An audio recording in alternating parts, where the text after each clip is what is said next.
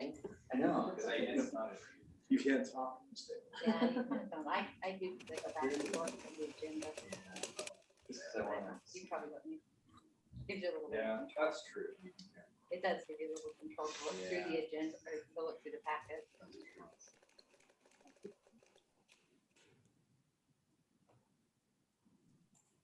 Okay. Okay, we're up and running. So Okay, do you want to change the view? Is there a way to change the? yes, main yeah, screen? let me I don't change that think John one wants second his here. face as the main screen. He doesn't want to be highlighted through the whole meeting.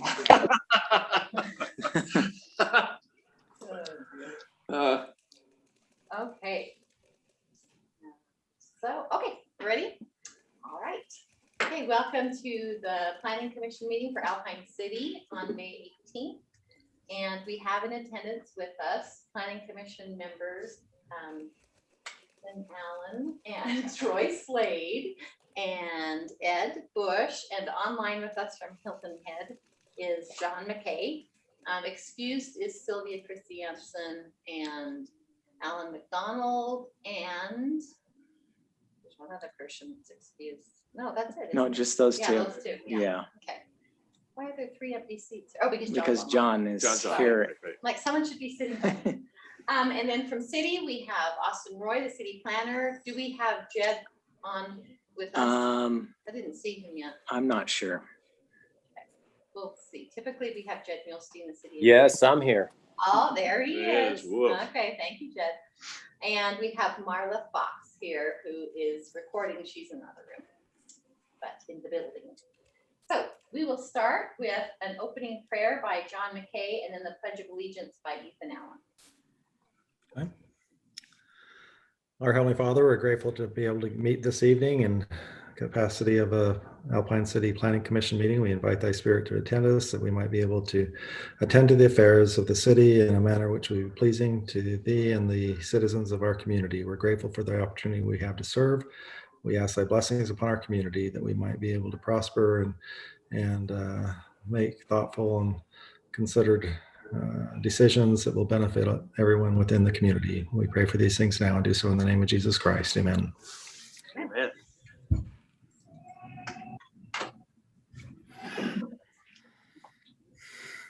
I pledge Allegiance to the flag Of the United States of America and to the republic for which it stands, one nation under God, indivisible, with liberty and justice for all.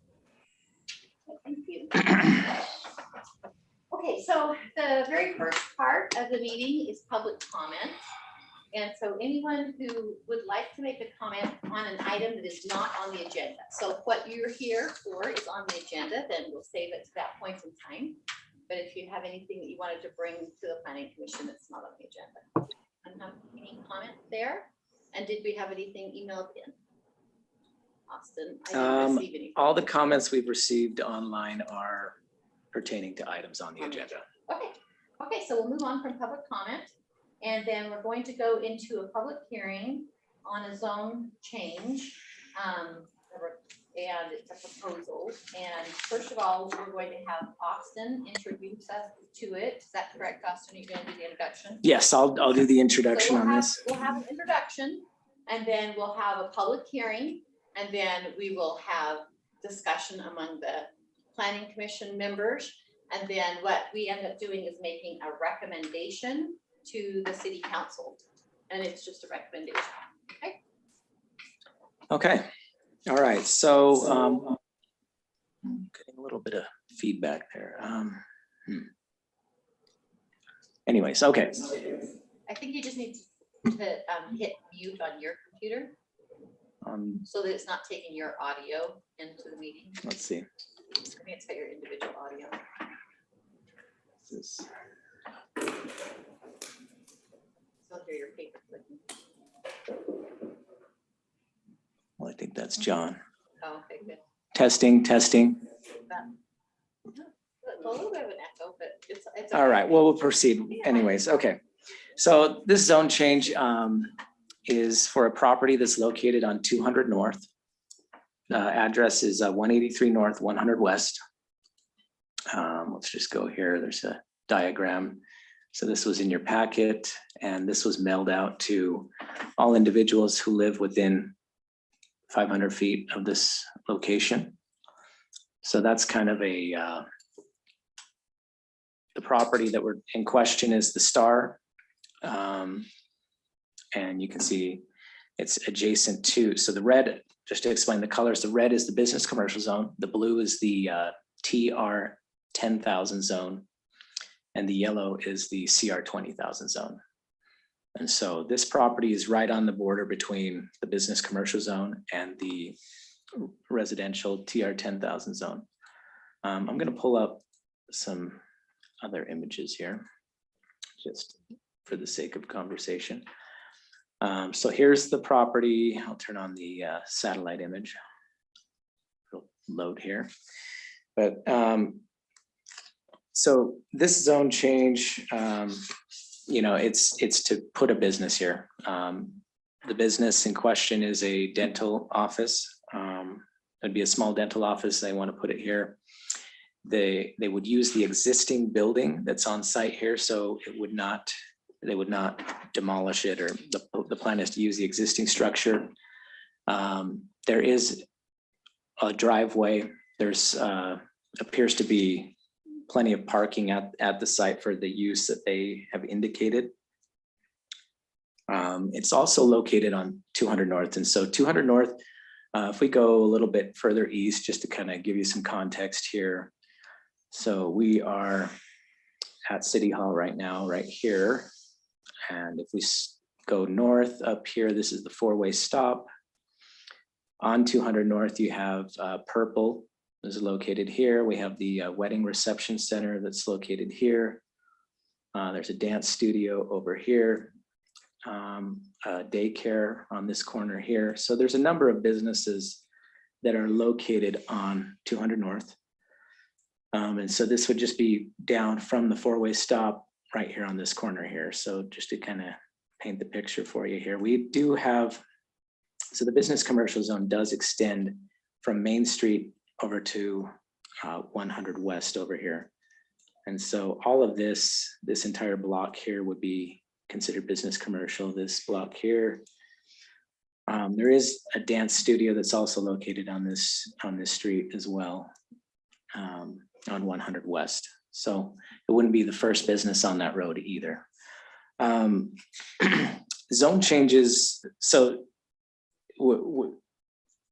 with this zone change, zone changes does affect our general plan. So if the planning commission were to decide to recommend to approve this, staff would recommend that you do so with the condition that the general plan be amended to accommodate this zone change and make, so it's not, we can't just approve a zone change, we also have to amend the general plan. So I just want to make sure that that's clear before we proceed forward with this. The applicant has prepared a slideshow that they would, I'm assuming they would like to give tonight. So we have that as well. But as far as introducing this for the public comment period, I think that about does it. That's pretty much a summary of what it is. Okay. Did you want to view the slideshow before the public hearing or after? However you think it would be most beneficial. I don't know. Well, I haven't seen it, so I don't know. But I have to leave. Can we do it before? I mean, can we do the slideshow after? okay. Got it. All right. That will affect the public comment. It may affect, yeah, so it may affect public comment. How long is it? 8 slides probably take 30 seconds to 1 minute per slide. Okay, yeah, if you can do it quick, let's do that first. And then I just wanted to mention to everyone that anybody can bring things forward as a request. So when we're having something like this, like citizens in the community can bring anything forward that they would like to be considered, which is what's happened in this case. A citizen has brought this forward and requested that it gets put on the agenda. So that's why it is here.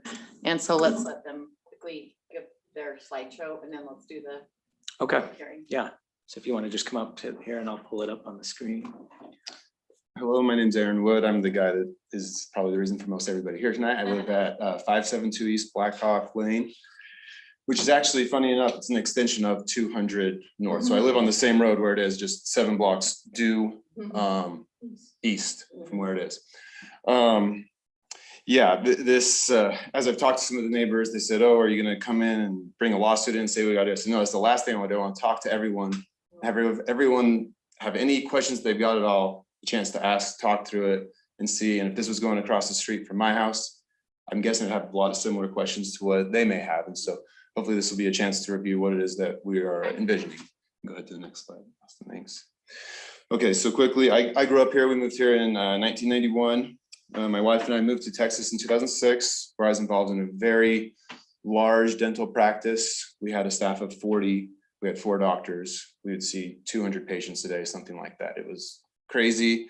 I did that for a number of years and said, hey, we're ready to be by family. Mom and dad live in town. My wife's family's in town. All brothers and sisters are in town. This is go on vacation. This is the only place I'd ever be happy is when we come back to Alpine. So we came back in the hopes of having our children have a similar experience to what we did growing up. So we moved here. We live next door to Alpine Elementary School. My kids walk to school there.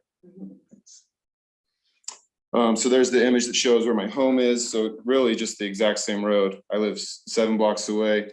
I've shared my phone number with the neighbors adjoining the property, whoever I could get in touch with. A year and a half ago, I bought a small dental practice down next to Macy's, was Kohler's. I'm open 1 day a week in general, 2 days a week other times. So 1 to 2 days a week, with 2 days a week really being the cap. I employ a staff of 1. That's me and my 1 assistant. So at maximum, when we're there, we have the 2 of us, and we have our 1 patient who we're seeing, or we have their family. So at maximum, we'll have 3 cars. Sometimes someone will make a delivery, so it'll be 4 cars for a moment. 5 days of the week. I may be there doing paperwork, but really we're not busy anything like what we were in Texas. Yeah, that's the plan for the next. My youngest is 5 years old. We're here for the next 30 years. There's no plans to change. This is to kind of get the idea of what we currently have and what the goal is going forward. The whole point of here and where we moved here in town is to keep Alpine the way that it is. We love the historic charm. We love the open spaces. We love gardening. We love keeping the yard pretty. That's the whole idea, is to keep I it. really like the flowers that you. That's we're working on it now. And the shrubbery too. We- They look great. The shrubbery and plants, yeah, that was a Photoshop by my wife. She actually does Photoshop too, so if you need help there. So we would put a small sign up so people could recognize what it is when they're driving down the street. But that truly is the extent. And the sign may go in the little light post that's queued out front as well. But there's no marquee or billboard or anything of that sort. Yeah, we just want to fill up the trash cans with the weeds that are in there now and get the garden to grow and have the yard look great. So that's kind of the goal, is to just improve what we have now and just keep it like it is. So. This is an overview of what's going on. I think Austin showed you already where it is and how it sticks out. And I kind of went through to see what the commercial zone is now and see if there's any properties similar.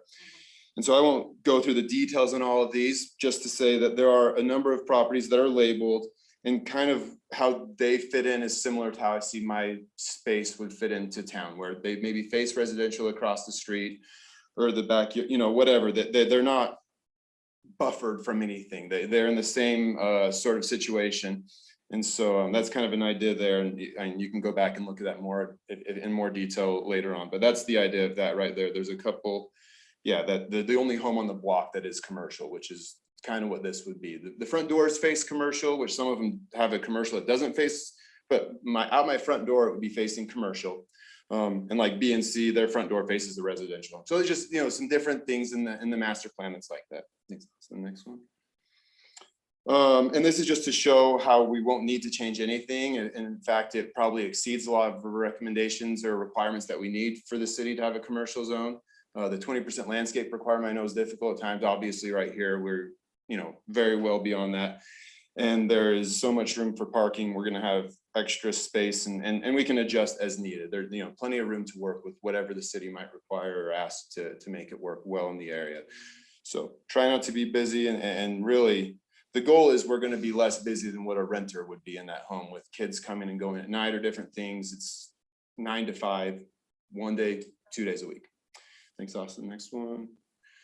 Oh, we don't need to go through this, but this just shows, just what you'd expect from a dental office. And I mean, that's the whole idea here. Is my wife shared this on her Instagram and all the comments were just like, oh, I have severe dental anxiety. I've been to the office for 10 years. To be able to go to a comfortable place like this, I just feel the ease just melt away, seeing that welcoming front door. So that's really the goal that I've got for the community. Just the final thing, we love Alpine. We've got Alpine Day shirts that date back to 1991. We're going to be here forever.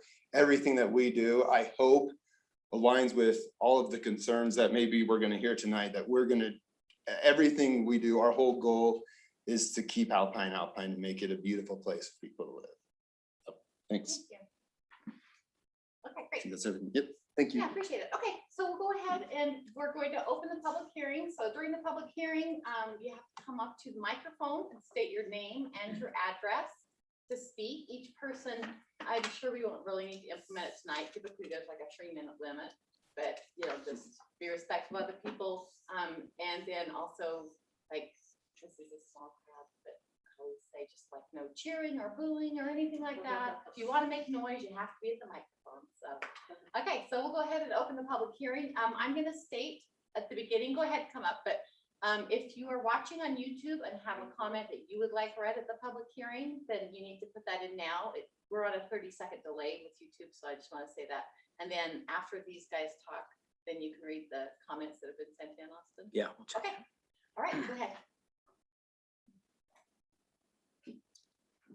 Sorry, Kristen Shelley, 185 North Country Manor Lane, and a co-owner of the property that is 500 feet away from the proposed.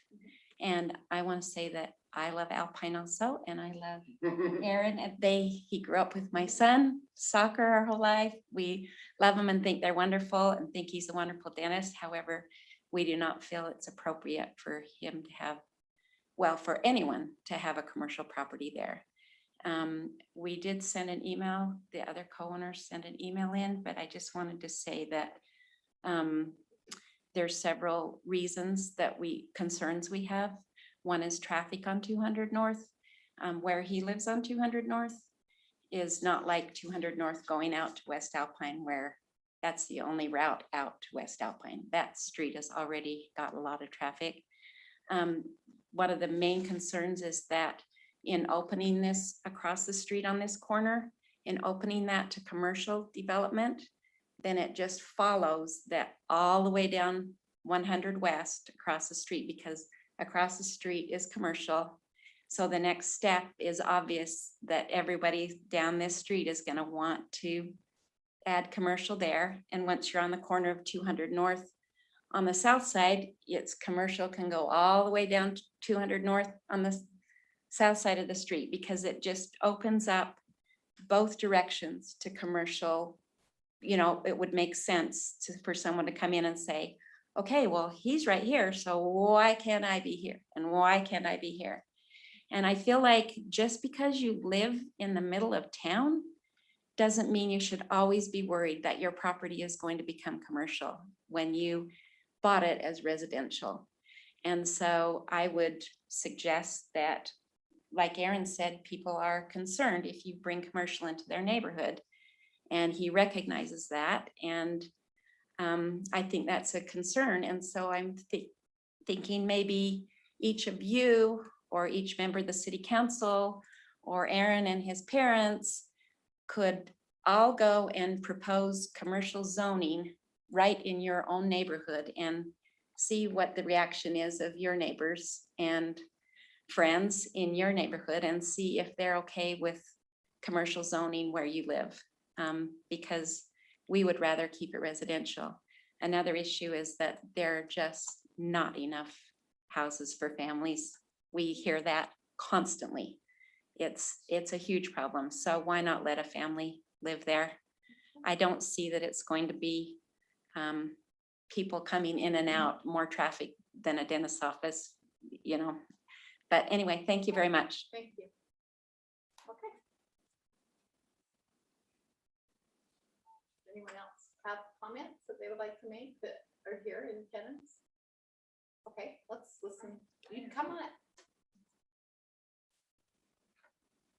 I wrote my comments Oh, right. okay. State your because I name and wanted where to you be live. short, and also You're just because prepared. This is an emotional thing for me, so I will just read. And I State just your name want, and your my name is Kaylin Avery Wood, and I live at 496 Wilderness Drive, Alpine, Utah. And just real quickly to address, there will be no traffic.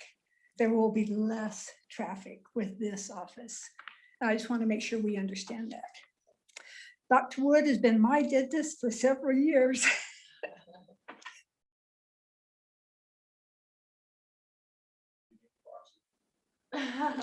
Besides being well-informed on the latest dental practices and meticulously skilled and gentle, Dr. Wood is kind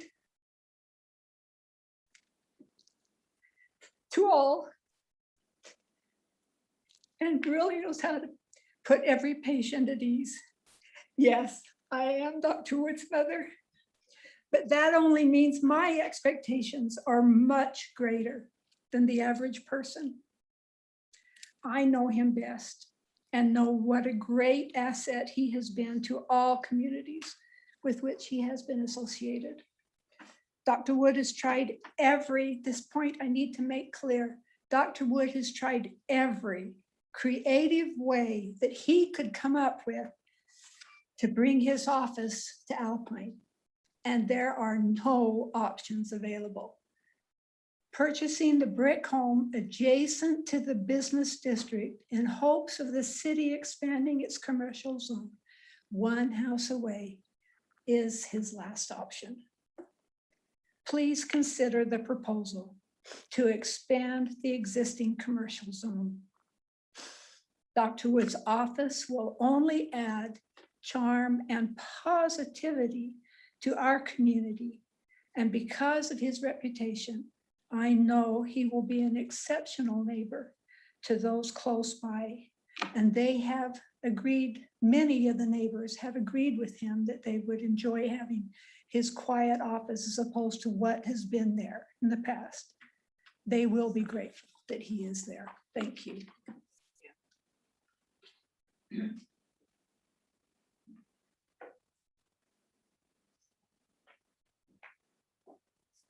I'm Scott Johnson. I live at 88 West, 200 North, so right across the street.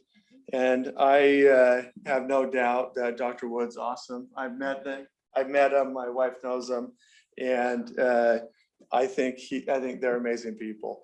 My concern is if we could have him sign a 50-year contract, that's what he was going to do. I'm all game. I think they're great people, and I think that having a dentist office there wouldn't be horrible. My concern is the next step, the next door neighbor that may want to get commercial, and then the next door neighbor that may want to get commercial.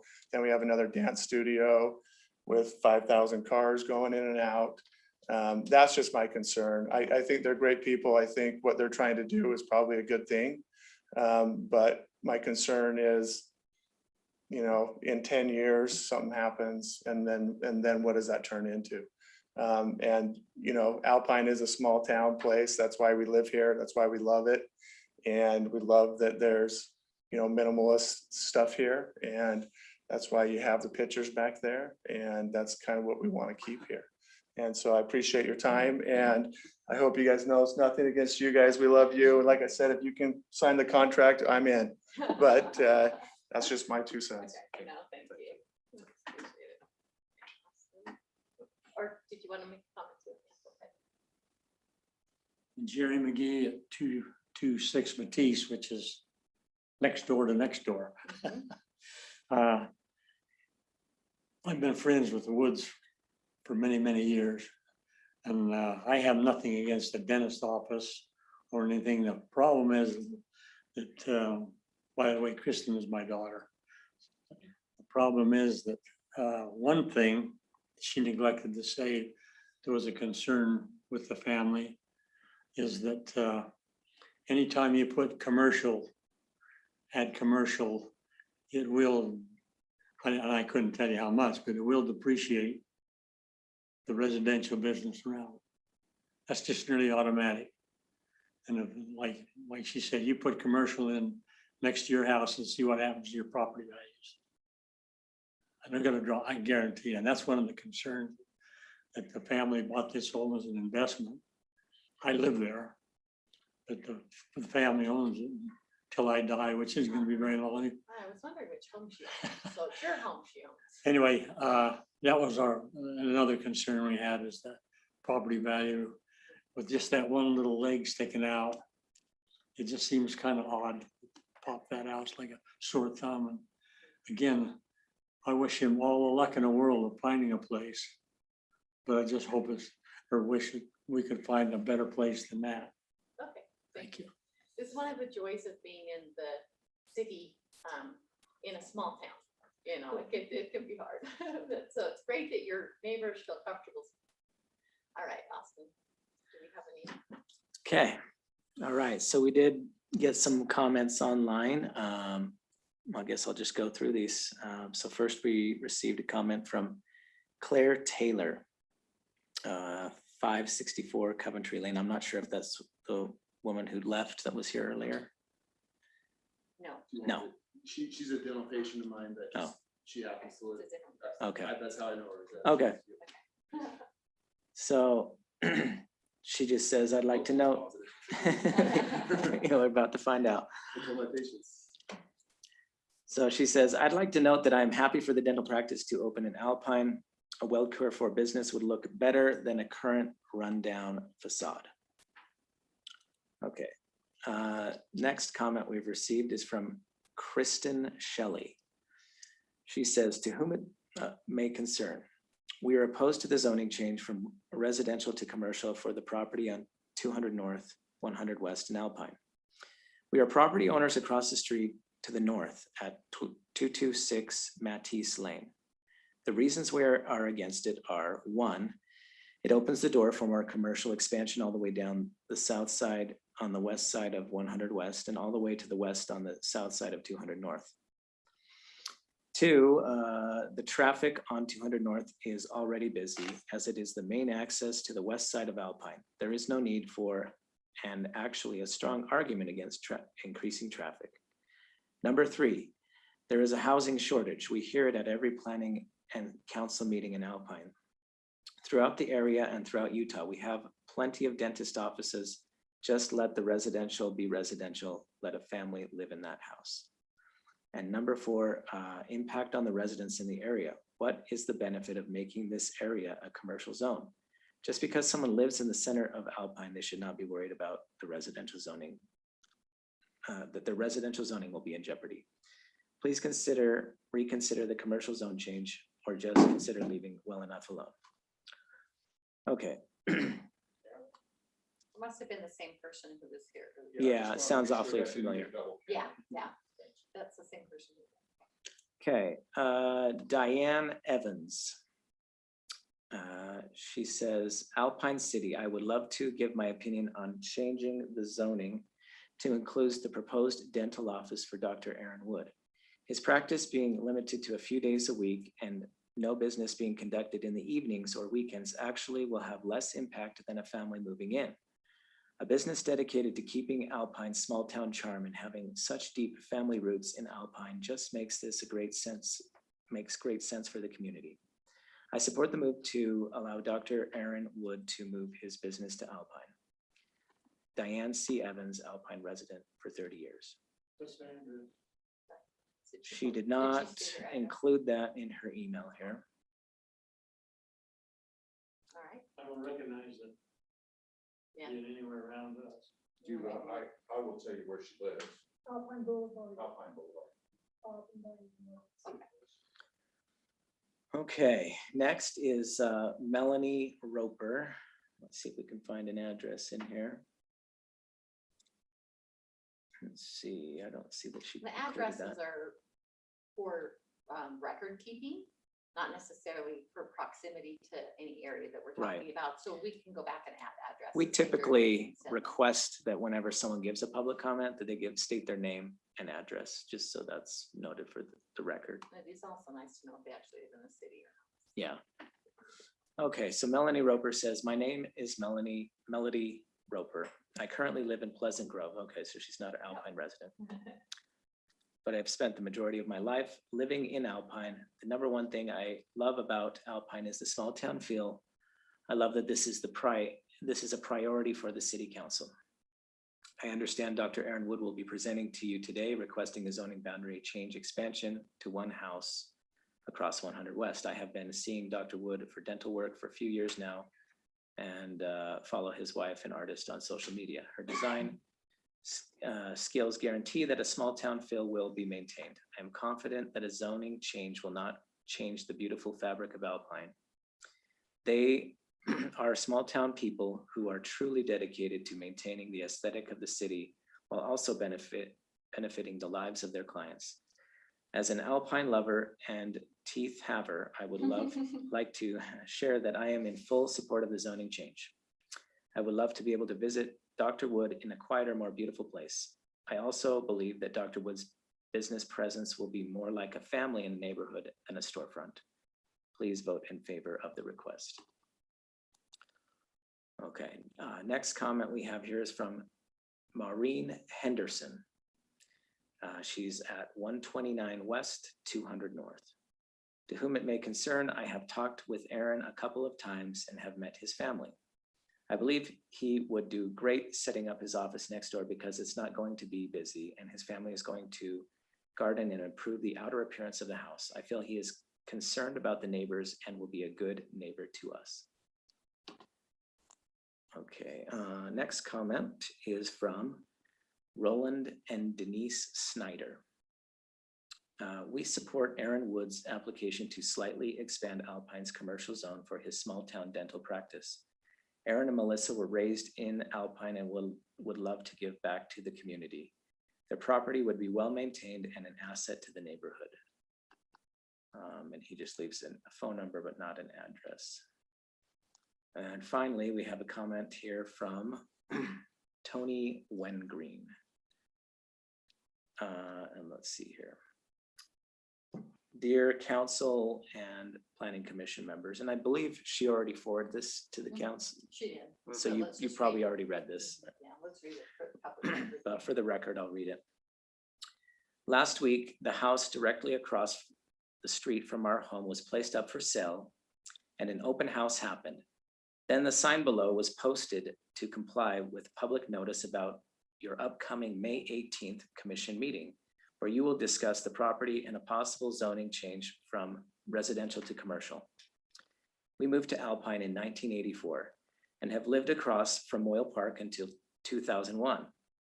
And now at 126 West, 200 North, directly across from this home, this house has been used as a rental property since we moved into our home in 2005. Now it is being sold to who knows who and for what purpose. We bought in Alpine in a residential area because we did not want to be in a commercial zoned area. We want to continue to live in a residential area and not a commercial area. Why would we want to change the zoning on this home across the street from us now? Have you rezoned our property to commercial without us knowing? ? Are other properties on our side of the street or on the other side of 200 North already commercially zoned ? Since we will be out of the state and will not be able to be in person at your meeting on May 18th, please know that our vote is to leave the zoning on the street residential so that we can live in homes and not have to deal with business traffic and everything else that comes with it, including our property values diminishing or our inability to sell our homes in the future because businesses are across the street. Would you rezone the properties across from your home ? Thanks for making our thoughts known and making our decisions that affect our personal lives. Please don't change it. Tony and Chris Wengreen, 126 West, 200 And North. they are actually already in commercial zone. They just don't know that. They're 126, they're what 2 was their homes address? away from the business commercial zone. So what was their address again? 126 West, 200 North. 126 West, okay. Yeah. So she said across the street, I see what. I thought it was across the street on 100 West. Okay. And let's see here. And then we have received a comment on YouTube as well from Joshua Madsen. I am a neighbor to this property. I understand this business may be trying to maintain Alpine City charm, but a zone change doesn't only affect this business, but any future ones. This is a major concern. Once zoned commercial, it opens it up to almost any business. There are commercially zoned areas in Alpine. Dr. Wood could purchase and place his business there instead of a zone change. This isn't about Dr. Wood, but about zoning. Okay, do we have any other public comments? Okay, we're gonna go ahead and close the public hearing. And then we will open it for discussion among the planning commission members. I meant to ask Austin to look at some information from when the last reconsideration or last consideration of changing the commercial zoning was, Commercial but it was before you were here. And so I'll just point out a couple things that the reasons why it is where it is. It seems kind of weird. And when I first looked at it, but what they did was they put any house that backs another property and made it commercial. So if you look on Grove Drive, you can see the one big chunk is purple there. I'm not pointing that out or anything. I pull up a On the map. Yeah, let me pull up So a map. there's purple, and then there's like the first 3 houses, whatever, so many houses on Grove Drive that are commercial. And I looked back after I was thinking about this last week after talking to Aaron about how weird it is that they have houses up Grove Drive that are commercial. But I remembered it's the houses that back purple. So you can see that purple and Probably. and also the city property there. So that any properties that back, they back another commercial property. And that was what they did along 100 West, is that it backs the property on Main Street. So that back to back is commercial. Does that make sense? And that's how, we looked at maybe should we expand it? Should we leave it? At the time, they decided just to leave everything the way it was. But I just wanted to point that out, that was the logic originally on it. Like First East, it's kind of the same thing. First East, it's what backs Main Street.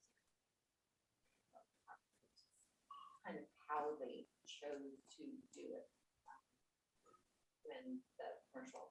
So anyway, I just wanted to point that out. All right, so discussion among the planning commission members. John, do you have comments about me? Yeah, if it were just the single lot that we're talking about, I wouldn't probably have a problem with it. But as Austin indicated, we would need to rezone that whole section on the west side of 200 or 100. We would have to actually, we wouldn't have to rezone the whole section, but we would have to have a meeting and amend the general plan. So we really can't approve this right now, but we can approve, or we can recommend that the general plan be revisited, or that we say recommend this for approval if the general plan is amended or whatever. So right now, it's not possible to approve this because it's not on the general plan. So no matter what we do, the general plan has to come forward and be amended if we choose to look at the general plan. And We can't approve anything, though. We can only No, recommend. you You can can only recommend, yeah. So you can still make a but the recommendation. city council can't approve it But either. The city council a can. zone change and the general plan amendment would go hand in hand. Right. Yep. So yeah, you're right. We would only recommend anyway, but the city council also can't do anything without the general plan being changed, which would come back to planning commission and then to them. So, preparing for the meeting, I drove over to the house, looked at it, walked around. Felt like a neighborhood. Didn't feel like a business district. So I don't know. I don't think that what he's proposing would be a negative effect on the neighborhood at all. I think it would be great. Other than I do see the concern in what's next. Right? What would be the next thing if the dental practice changed, decided to do something different? Now, what's next? And I don't think you can say we're just approving it this one Use. person. Right, so if it becomes commercial zoned, it's commercial zoned, and so, you know, we don't have any control over like anything that might happen to it in the future, so any business could go into the future. So if you do zone something commercial, you have to be okay with it, commercial for really any use. For any, Which- right, anything that would fit Anything that our would ordinances, fit our ordinances, is within the right, commercial yeah. zone, right? We can't zone something and say only for a person, and when they're not the owner, it's no longer zoned that way. Right. So Yeah, I that mean, is one of the so that would be, challenges. to me, the biggest concern, and the change there would be that we're not. Yeah, I mean, I kind of agree with this. I consider zoning changes to be very serious things, because as people move into neighborhoods based on what the zoning is around them, and don't like to be surprised that zoning changed. And I agree with Ethan, we can't just consider this just for, I'm sure the Woods are a great family, and sounds like he's got a great practice and very dedicated people. But making the zone change means, you know, he may have, or the Woods may have a very small impact now, but I don't know what the next owner would propose to have. And if it falls within the business, what our ordinances allow within the business zoning, then it could change radically, you know, from that. I also have, it's been voiced, I also have a concern that if we do this, I'm not sure if we had adjacent property owners that wanted rezoning, what reasons we would give to them that they couldn't, now that we've moved the commercial district over to that side of the road, right? And you're kind of opening that up to, you know, possibly, you know, greater expansion of a commercial district, which is not in our plan to do in that neighborhood.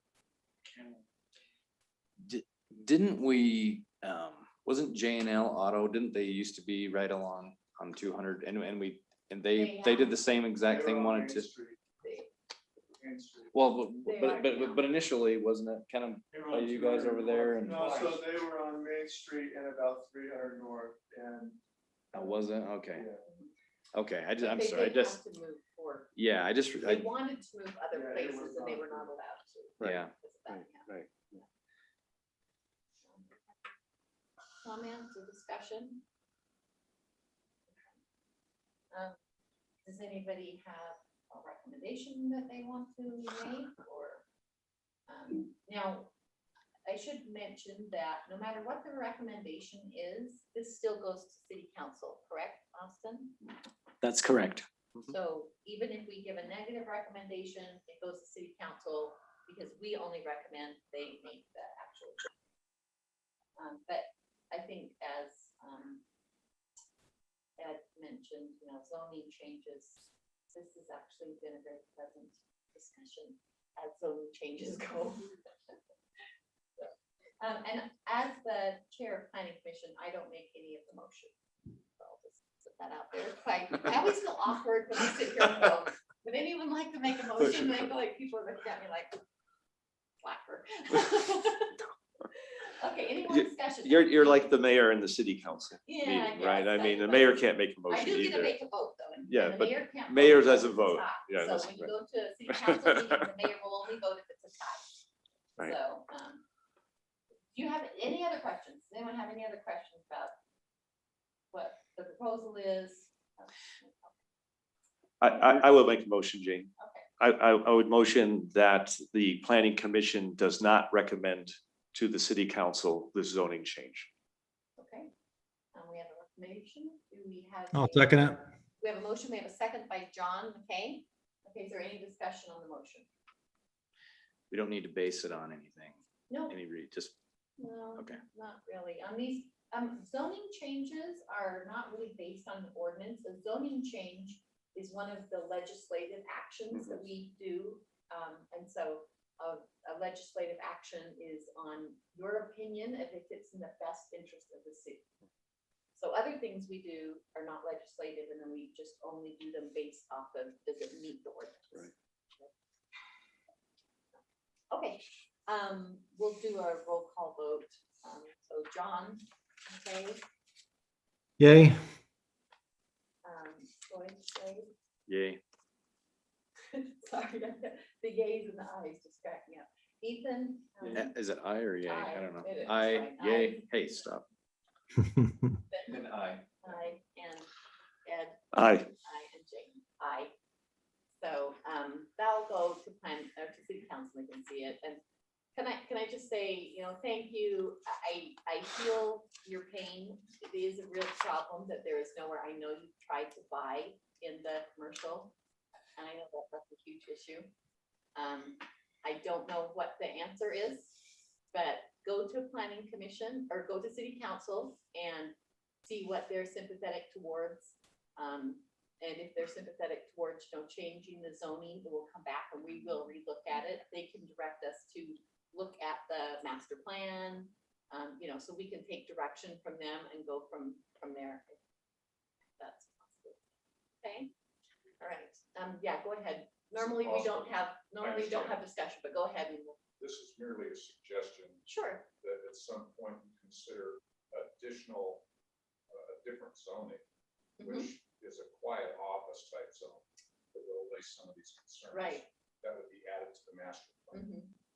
That will allow- That's a great suggestion, and I'll so, leave that to yeah, well, send it in an email, or, and then it can come, many things like that come as, requests from citizens, and that's a valid point. That way you can control what is in a certain area of commercial, versus just any type of commercial. I think that's a great point. And like I said, things like zoning changes are not, they're things that take time, and the master plan, like we don't approve subdivisions if there's not a street going in a certain area or anything. The master plan isn't easily changed without a lot of consideration. And so that's a great suggestion. who should I address that? I would just send that to Austin, and then he can forward it to all of the city council members and the planning commission members and the mayor, and we'll take a look at that. It's a great idea. I like it. Okay. All right, so we will move on to the next item on the agenda then, the next action item, which is, Thank you, appreciate it. thank you. The next action item on the agenda, which is the public hearing about open space. And it is open space purchase proposal, 539 North Pfeiffer Horn by Michael Parker. And Austin, is that one that you're going to introduce us to? Yes. Okay, so this public hearing, it doesn't look like we're gonna have a lot of comment on this one. Is located on 539 North Pfeiffer Horn Drive. So I've pulled up a county map here to illustrate where this is located. So I'll just zoom out here to give you some bearings. This is Westfield Road here. And so on the far west road, just north of Westfield Road, is Pfeiffer Horn Drive. And so this property is actually one of the last properties in the northwest corner of town. It's an odd shaped lot, triangular in nature. The reason for that is there's a gas line, or there was a gas line that ran through here. Dominion gas line. That line has since been, it's no longer active, I guess I should say. It's still in the ground. And It's so abandoned, isn't it? it's abandoned. Yeah, that's probably the term to use. And so though it is in the ground, there are restrictions on what you can build on top of it. So things like a driveway, curbing, landscaping are okay, but a tree with deep roots would not be permitted, or any type of structure. And so what we're looking at here is the property owner to the south of that easement. He's purchased this property, wants to build a house on it. And he is basically just wanting to get a little more frontage on Pfeiffer Horn Drive. So if you'll notice here, he has about 59 feet of frontage. That's the width of his So lot. that's supposed to be the side of his lot. 'Cause That's the it front couldn't get yard of his approved. lot. Well, how could it get approved with frontage then? It, It's too small. it- It had to have been the side. yeah, I don't know the history of how it got approved, but it was approved this way. It is a legal lot of record. Really? It's not, it wouldn't conform to our current ordinances, but it is a legal law. Okay. So, 60 feet of I width thought the is same not a thing lot. When I looked at the Where did that go? lot, that frontage is awfully small. Yeah, yeah.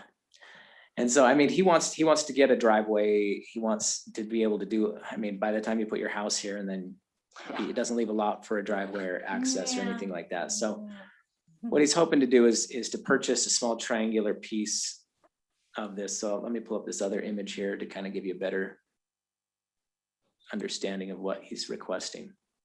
So this is flipped. So north is to your right, west is up on top, east is on the bottom there. And so he wants to purchase, let me actually just turn this on. This will be easier. Okay. If this will work. Nice drawing. Well, have you been doodling again there? Yes. Looks like someone was doing some doodling. Excellent drawing. Okay, so this triangular piece right here is what he wants to purchase. His current lot is all of this, Right. like Right. that. Mhm. Okay, so he would expand his lot by what is essentially that 20 blue feet. triangle there. Mhm. It would give him an additional 60 feet, I think. Oh, does that say 120 or 20? But additional. So 60 he'd have yeah, a that's gotta be complete 60. 120. Yeah. Yeah, it's the same width as what he has right now, so it's gotta be 120. Yeah, Okay, yep. so an additional 60. So it's basically doubling his frontage. Okay. If we, let me just highlight one more thing here. So that, where that red dot is, Yeah, that's a moisture evaporation box that's connected to, I think it's part of that gas line. And so that has to remain there. It cannot be obstructed, but he could landscape around it. And so that's something he would have to work around. We've had this item in, so I should back up. Let me give you some history on this. So a couple years ago, maybe it was 3 years ago now, the previous owner of this lot came in and wanted to do a swap with the city. So they wanted to swap this triangle. And Jane, you remember That's why I this, remember this. I'm like, for this triangle Right. right here. I thought we did that. We So the did this. purple triangles, they wanted to do a land swap, and that was actually approved by Oh. the city council. Okay. However, what happened is the previous landowner never recorded that. So it never got recorded, never became official on the county records. And so as it stands now, it's still that odd shaped lot. Well, now the property's changed hands. It's a new property owner and he's looking at this and saying, hey, I guess that was approved. I could go and get that recorded, but that's not really what I want and not what I really think So would be he wants best. to keep the back part of his property and just add to it. Yeah, so the idea is, yep, he wants to keep that back part because he's thinking, you know, I could use that. That's a backyard. You can utilize that space. And I don't really need that whole huge front area, just a little bit to kind of widen it up a little bit so I can get a driveway in here. And so that's really what he's requesting. Okay. So So then he can use the other part of his frontage to do his driveway, and that could just be part of his front yard. Because you can't put anything over that pipe. right, he wouldn't be able to build like his home or any type of structure. Nothing could be built on there. He couldn't put any large trees. So his hands would be kind of tied on what he can do with that. Perhaps in that, but it would look more normal. But it would look, yeah, well, exactly. you It'd could look put more a like normal driveway lot. in there if you wanted to have a driveway on that side. right? Yeah, he could do a driveway though. That is permitted in there. So Right. he could Okay. pave it, have a driveway there and make it look more like a normal lot. Yeah. Right, but not a shed probably. Stop it. Sorry, I'm sorry. Has to be said. You have to say that word every time. We now have an extensive exception criteria that may allow a shed in there. Okay. Yeah, oh, one more detail that needs to be mentioned. So Okay. when this was brought up for the land swap, our trail committee was in attendance at that meeting. Yeah. And they mentioned, hey, this right here is an easement. And behind here is a trail that connects to a bunch of other trails up here in the mountains. This would be a great spot for a trailhead. Right. Why not turn this into a trailhead with parking? So looking at this, you know, the full width here, I think is 130, 140 feet. You take 60 away from that, you still have 80 feet of frontage. So there would still be There's still a room decent for amount of cars. space here for a potential trailhead. It wouldn't necessarily inhibit that plan. It would limit the size of the potential parking and trailhead, but it wouldn't completely do away with that possibility. Actually, due to the shape of it, not by that much, actually, because you can't really park cars in a triangular corner. Well, I mean, Jed can speak more to this, but our typical dimensions for a parking are, I believe, are 19 feet deep. And so, I mean, you could probably put some parking spaces in Oh, here. yeah, I mean, those were. Yeah. The piece of property that he's buying is come to the point at the front and it's not, I don't know. Anyway, go ahead. Oh, I see what you're She saying. said That saying, you're doesn't saying that take away this that much parking. triangle isn't really useful Yeah, to us. exactly. Plus, because it also, and that's a good point, because it does have this moisture Exactly. evaporation box that you can't do Yeah. anything. You're right, you're right. Exactly. Yeah. So I don't think it's gonna change the parking lot much. And that's part of the one of the reasons where he determined where to draw the line was that evaporation box, because he thought, hey, that's not useful to the city, but it sure would be useful to me. Right. So one last thing is he would, like to make a fair offer on this, whatever the city deems a reasonable value for that property. His argument is that it's not a buildable lot, but it does enhance the value of his lot. So obviously it increases his value, so it's worth something. But he would be willing to pay, whatever, I guess he pulled up some information based on the most recent tax information. He had that land in Alpine was valued at, according to his comments, was valued at $9.31 per square foot, which is about roughly $400,000 for a lot of the size that he has here. Yeah. And the So- financial part will be all discussed. In That city would be worked council. out at city council, so that's not Worry something about really that. the planning commission needs to, the dollar figure, I wouldn't worry about that, but as far as the planning commission, what do we need to be looking at here tonight is, does this work? Is this a good fit for the city? Is it a good fit for the neighborhood? Do we Is it see something any that- potential hazards to it? Yeah, are there any hazards? Is there any downside to it? So that's really the introduction to it. Again, this is a public hearing, so if we have anyone that wants to make a comment. So we will go ahead and open the public hearing portion of this item. And so if there is anyone who would like to make a comment on this item on the agenda, they can come. up Okay, to we're the looking mic. to our one attendee here. and Can I? he's I shaking think his it's a head great no. idea. He Yeah. seems like a great petition from a handsome guy. We should definitely move forward with it. No, I just want to see. I'm on the call. If you all had any questions for me, but yeah, Austin covered kind of what I'm thinking perfectly. So thank you. Great. Hey. And do we have any emails with comments? I just or checked the YouTube emails. I comments? didn't see anything there. We could see nothing on YouTube either. Okay. All right, then we will end the public hearing and go into discussion from the planning commission members. So questions, comments? I live around the corner from this lot. Walk by it every day. I think it would certainly clean up the presentation of the lot. As far as creating a trailhead with parking, there's quite a bit of rise from the curb up in that area. I don't see parking really being an option there. Yeah, Jed, well- have you looked at it closely? We haven't looked at that close enough to really make any determination yet. There is a little bit of elevation there. I mean, square footage wise, yeah, you could put something in there, but you're right, elevation makes a difference. So we'd have to look at it. Yeah. Maybe, just a maybe it would just feature. serve as a kind of a neighborhood access to the trails behind it, Yeah. though. I mean, without parking, you could just have a trail. People park in that, half a cul-de-sac where Hog Hollow turns onto Pfeiffer Horn anyway. Yeah, It generates quite a few parking spaces. okay. Any comments, questions, motions?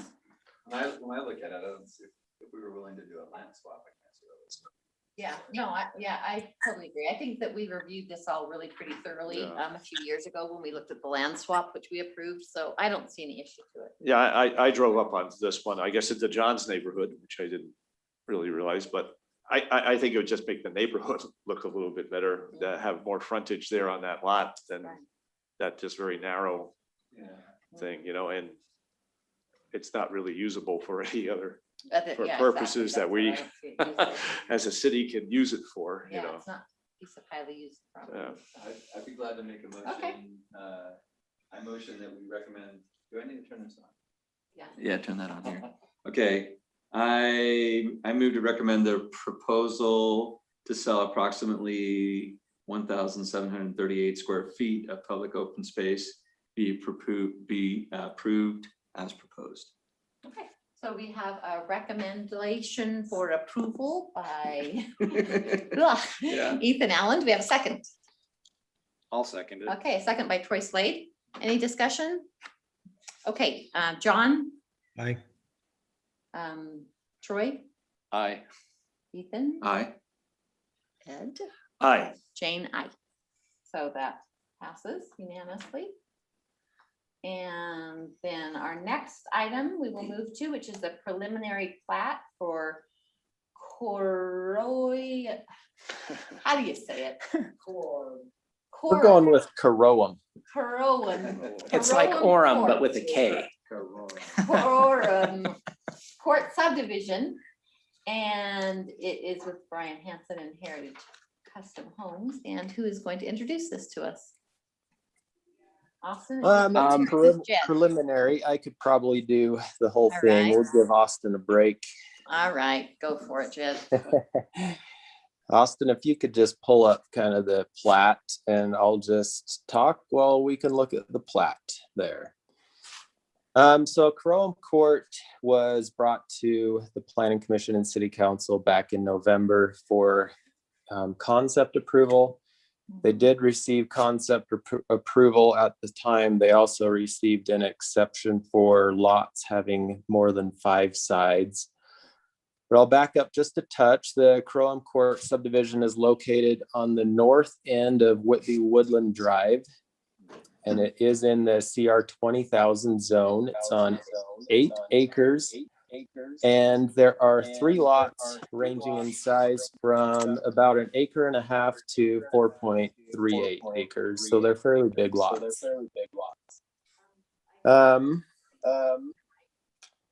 Let's see, moving on here, I'll kind of skip over a lot of the concept plan stuff that was already discussed. So this is preliminary. Preliminary is when the developer has to provide to the city essentially a 100% done and designed set of construction drawings for the subdivision.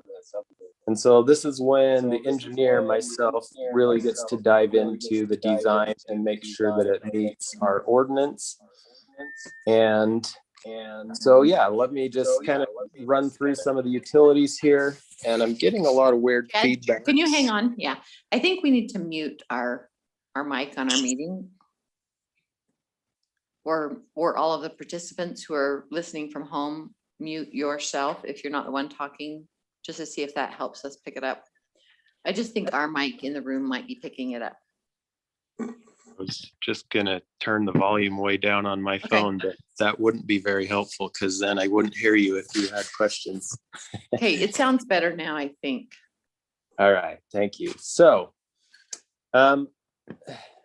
sometimes I hesitate how much detail everybody wants to hear about the utilities and the streets, because it really is a lot of just engineering terms, and I hate to put you all to sleep, but we're gonna push ahead and do it anyway. So Whatever we need to know.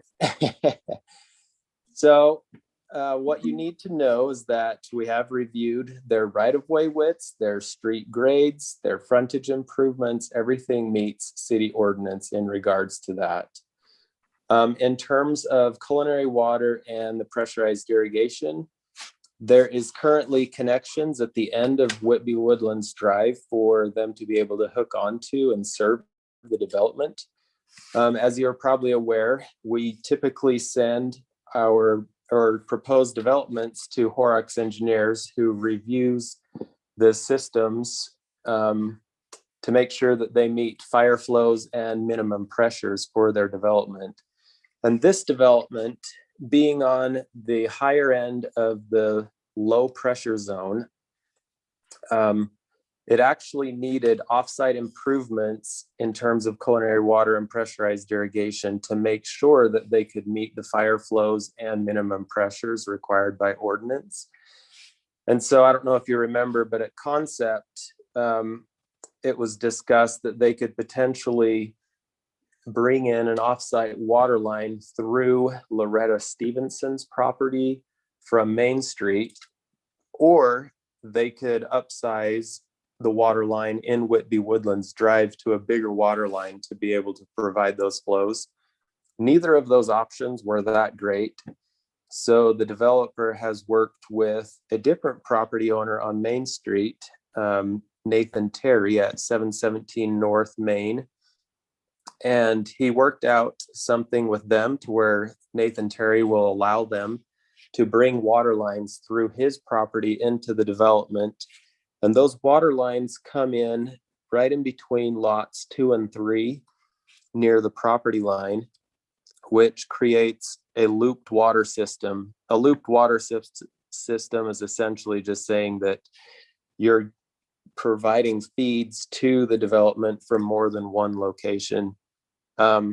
This actually worked out really good for the pressures for the development. So this was really a great situation. So I hope it really pans out.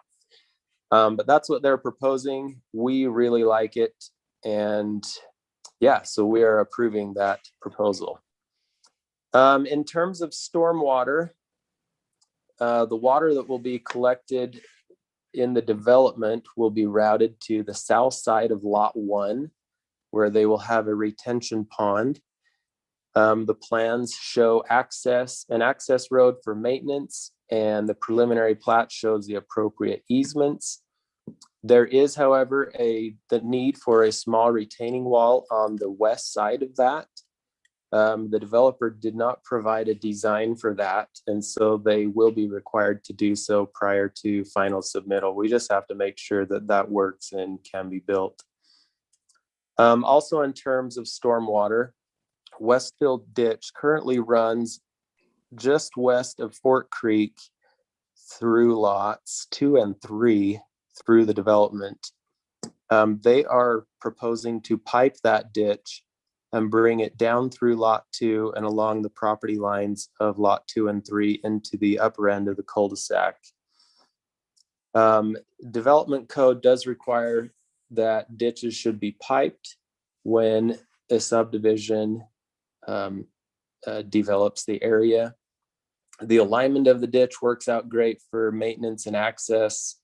They are showing a 20-foot easement for that ditch or pipe system. So we really like this idea. Having the ditch pipe will help alleviate some of the issues we've seen with other ditches that have been left open, where homeowners have dumped trash and grass and yard waste into the ditches and caused problems.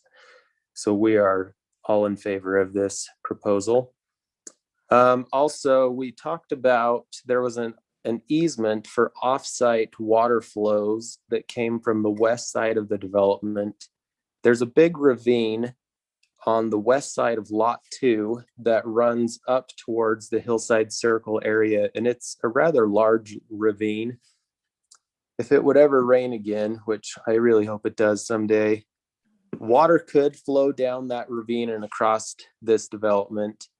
They are proposing a ditch and a culvert to help route that water over to Fort Creek. So in other words, they have provided plans to make sure that offsite water flow can be taken care of. The only utility I haven't mentioned here is sewer. Sewer is fairly simple. There is a main line at the end of Whitby Woodlands Drive they can connect to. It will all be a gravity system that can flow southward and out. So that is also taken care of. In terms of geologic hazards, the site is situated within some areas of potential geologic hazards, as our city hazard maps identify. And thus the developer was required to investigate earthquake, rockfall, debris flow, flooding, and slide hazards for the site. They provided a technical report that studied all these things, and the report found that none of them were issues of concern. So that was a good thing to hear. Other than that, the only other thing I have to mention is that I did have several red lines on the plat and construction drawings for them to correct prior to final submittal. So really the only two things of concern for engineering is just the red lines to correct and the retaining wall design. But other than that, we thought it looked pretty good.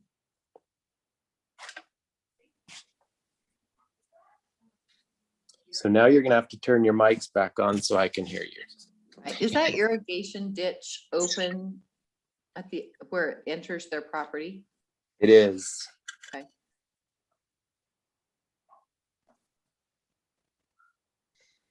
Okay, questions for the planning commission members, have for Jed or for the developer? Jed was so thorough.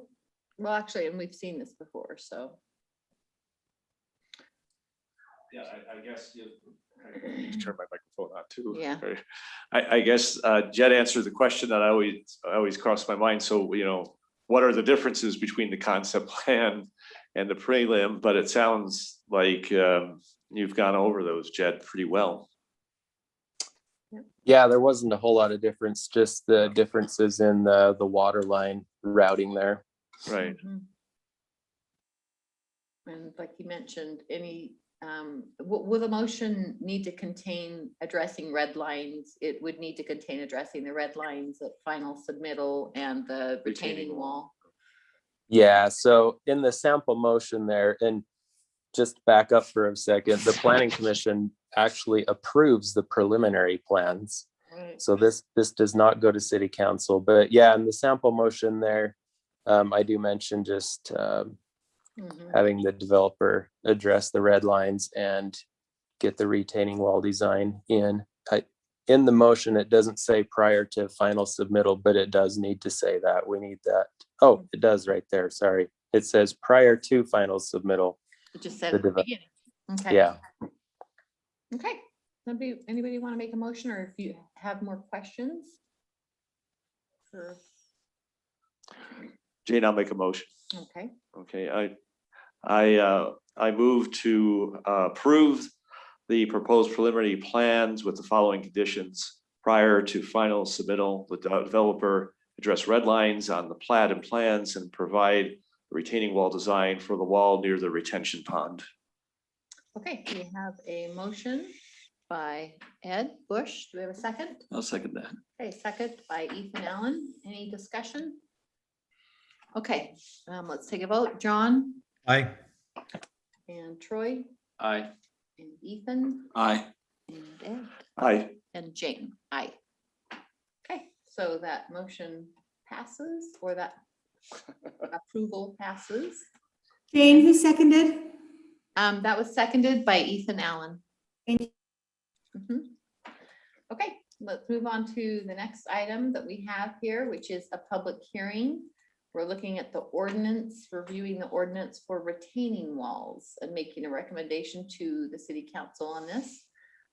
They believe they asked us to look at this after the last item was brought before before us about the retaining wall on next to the guy's driveway. So, Austin, are you gonna introduce this one? Yes, I can introduce that. So we'll just, yeah, so as you know, we looked at a retaining wall. The guy next to his driveway wanted to have an exception to have those blocks spaced differently than was indicated in our ordinance. So that forced staff to kind of go back and look at our retaining wall ordinance. And as we were going through there, we had a couple of thoughts on how we could amend that. We thought about potentially changing the spacing in between blocks. However, we decided that's why we have the exception clause in there. And so it's probably not needed to change that part of it. But we did catch a couple other things in the ordinance that we would recommend be changed. And so the primary one of those is location. So in that situation and in many other situations, retaining walls are located in easements, primarily public utility easements, which run around the perimeter of most lots. And so if you'll recall, and I hate to bring this up in a meeting, but our shed ordinance. He said it.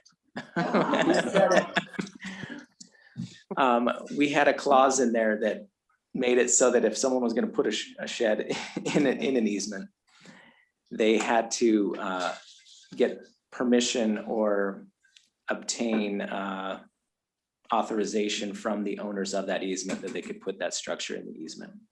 And so we thought, you know what, if we're requiring that for little tiny sheds, why not require that? We should be requiring that for retaining walls. And so we essentially just copied and pasted that language that was in the retaining wall ordinance and moved it over here to, I'm sorry, from our shed ordinance to our retaining wall ordinance. So what you see here, that's this language here. There's a few other corrections that Jed has noticed. We're just changing DCA to ADC. Just because that's the proper acronym there.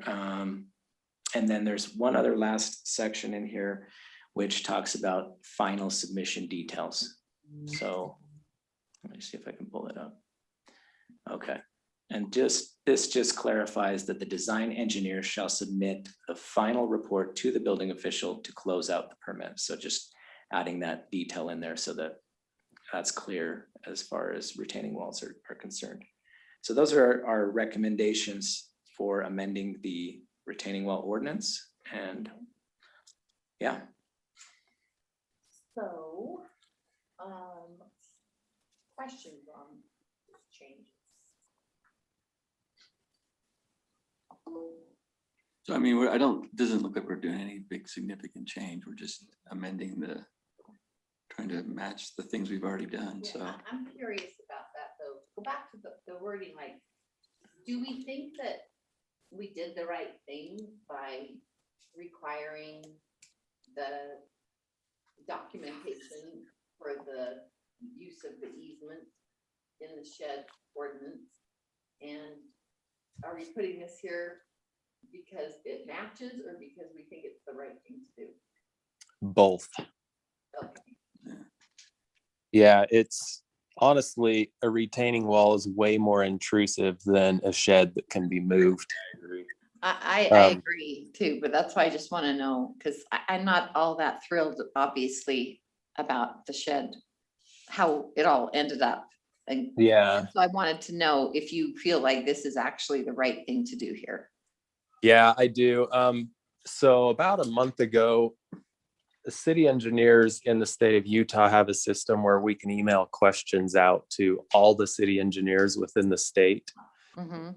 And I asked a few random questions, but one of them was about retaining walls. And I got a lot of responses on retaining walls. And some of the comments came back saying, well, our ordinance requires an easement to be vacated prior to them placing a retaining wall in it. And it wasn't just one city. There were several cities that responded in that regard. And so but when you think about it, I've thought about, there's a few retaining walls around town that we've looked at and we've said, wow, why did we allow that? Yeah. For example, in Box Elder, not too far from Ed's house, Right. we have a sewer line that runs along the back property lines of some people's property. And when the sewer line was put in, it was put in 9 feet below the existing grade. Well, and that's standard. Yeah, 9 but feet. now Yeah, you put a retaining wall and build it up. exactly. So these homeowners come in and they built up their property literally probably 10 to 12 feet. So now we have a retaining wall on top of a sewer line. And now we have, now we have a 20-foot deep sewer line. There's no way we would have approved that had we Had this ordinance in place. Yeah. And we didn't even have the retaining wall. Yeah, Jen, I think I ordinance in know the place house then. that you're referring to. Well, I wasn't going to point them out, but yeah, it's right there in the middle. Yeah, it's pretty significant. If we ever have Okay. to work on that line, it's going to be a major undertaking to Okay. do anything with that sewer line. So I feel That's it's good. really important that Okay. we have this This- verbiage in there. No, what does this do to the person who just wants to put a little 2-foot rock wall in to kind of terrace their landscape? Same thing. Yeah. This applies to them I- as well. Yeah, so it's just as important no matter what the size the wall is, because if there is something in there, Right. that's just that much of an extra expense that somebody's going to have to go to Fair move the wall and then fix their utility and Yeah. put it back. So, All right, I just wanted to clarify that. yeah. Okay, that sounds good. Well, that makes me feel comfortable with it. That's kind of what I wanted to find out, so. So Jed, I got a question. So why, it's kind of the last one where the design engineer shall submit the final report to the building official to close out the permit. Reason for including that, was there some question at one time or another in terms of? No, we just struggle getting the final design reports back from the design engineers. So we just wanted to make it 100% clear in there that they need to get it back to us. Otherwise, we're not going to close out the building permit. Okay. Okay. So we're just trying to Keep the emphasize. process clear. Yeah. Mhm. Okay. Very good. All right. If there are no other questions, let's have a motion on this then. Well, we have, is this a public hearing? Oh, yes, we do. need to Because have a we public have, hearing. we have a lot of the public here. Yeah. Yes, I forgot. The last one was not a public hearing, so I had in my head, oh yeah, this one's not a public hearing. I will open the public hearing for comment. If there is anyone here who would like to make a comment, come to the microphone. Or leave a comment on YouTube, or Austin, would you please check and see if we've had anyone email in on this hot topic?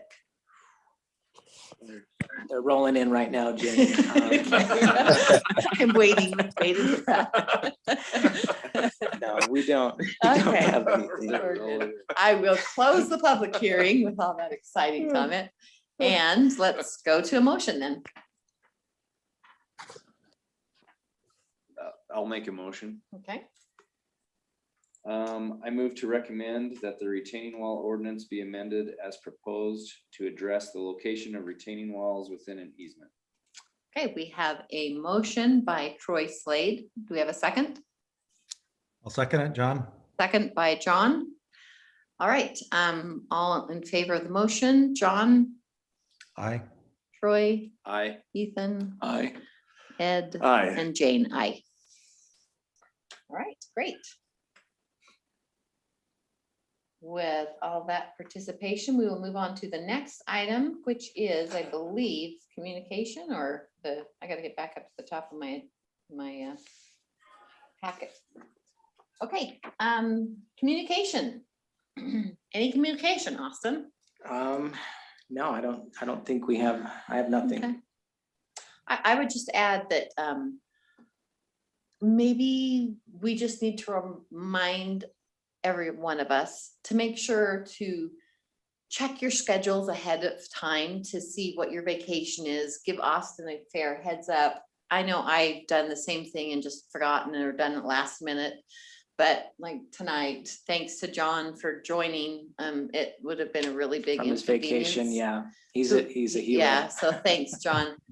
Because we wouldn't have had a quorum and then we would have had all those items. So just check your summer schedule. It's the start of summer, take a look I at mean, it. if we have a heads up and we say, oh, there's only gonna be 2 people here, Yeah, maybe we cancel that we meeting or, cancel, or we you don't know. put things on it that yeah, require or we a don't vote, put like we important, could yeah, exactly. discuss things. So, yeah, just take a look ahead. I know I rarely plan ahead, but I will try to take a look at it.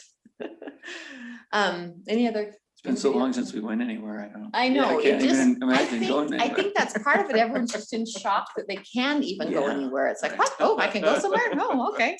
Yeah. All right, great. So let's approve the meeting minutes. Sylvia did let me know that she didn't see any changes. So does anyone else have any changes they would like to make to the meeting minutes? Okay, then we just need a motion.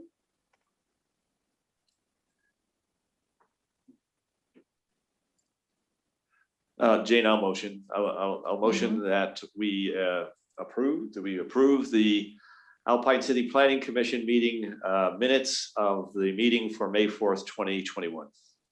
And we have a motion by Ed Bush. Do we have a second? Yeah, I'll second A that, Jane. second by Ethan Allen, and all in favor, say aye. Aye. Any opposed? Okay. And now we need a motion to adjourn. Yeah, I'll make a motion that we adjourn this. All meeting. right. Ethan Allen has made a motion to adjourn the meeting. Do we have a second? I'll second it. And a second by Troy Slade. All in favor? Aye. Aye. Okay, John can go join. Can I just ask something though really quickly? Who's Donald Mustard and iPad 33 who join our meetings today? Hey, I'll pop on. Hey, I'm Donald Mustard. I'm one, and this is my wife, Laura Mustard. Hi. We're the Nice to see you. We're the owners of Carome Court, and we're just so great. excited Oh, to good. get going and Oh, build. great. We just want to make something beautiful and awesome, and It yeah. will be, it looks like, so. it's gonna be real. congratulations. It's gonna be cool. Yeah, the best is getting to know our future neighbors through all this, and they're so happy.